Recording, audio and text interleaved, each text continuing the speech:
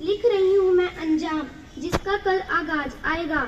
मेरे लहू का हर एक कतरा इंकलाब कहलाएगा। मैं रहूं या ना रहूं पर ये वादा है मेरा तुझसे, मेरे बाद वतन पर मरने वालों का सैलाब आएगा। माननीय शिक्षकगण, मित्रगण और मेरे प्यारे भाइयों एवं बहनों, आज मैं आप लोगों के समक्ष शहीद भगत सिंह के प्रति 2 शब्द रखने जा रही हूँ। आशा है इससे हमें कुछ नया सीखने को मिलेगा।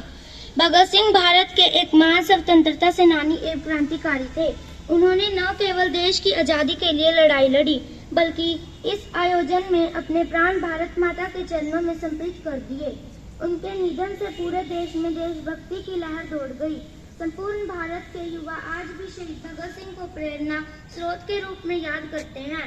उनका जन्म 28 सितंबर 1907 को पंजाब के बंगा गांव में हुआ था।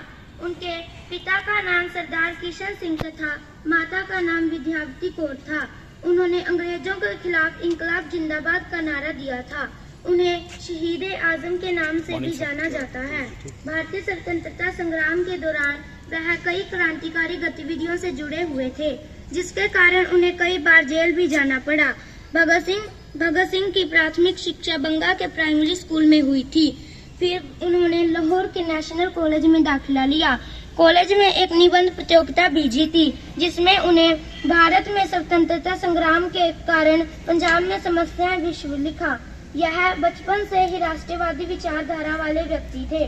पढ़ाई के दौरान ही भगत सिंह लाला लाजपत राय और रास बिहारी बोस जैसे राष्ट्रवादियों के संपर्क में आए।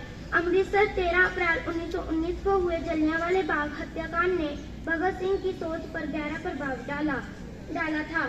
वह कई ऐसे परिवार में से थे जो अंग्रेजों की गुलामी से बंधे भारत को आजाद कराने के लिए तत्पर थे, और उन्होंने भी अंग्रेजी नीतियों का बहिष्कार करने निकल पड़े। कम उम्र में ही भगत सिंह प्रबल क्रांतिकारी के रूप में उभरने लगे और युवाओं का एक जत्था भी उनके साथ खड़ा हो गया। लाला लाजपत राय की मृत्यु के बाद उनका आक्रोश फूट पड़ा और उन्होंने एक अंग्रेजी उप महानिरीक्षक को गोली मार दी, जिसके बाद उन पर हत्या का मामला दर्ज हो गया।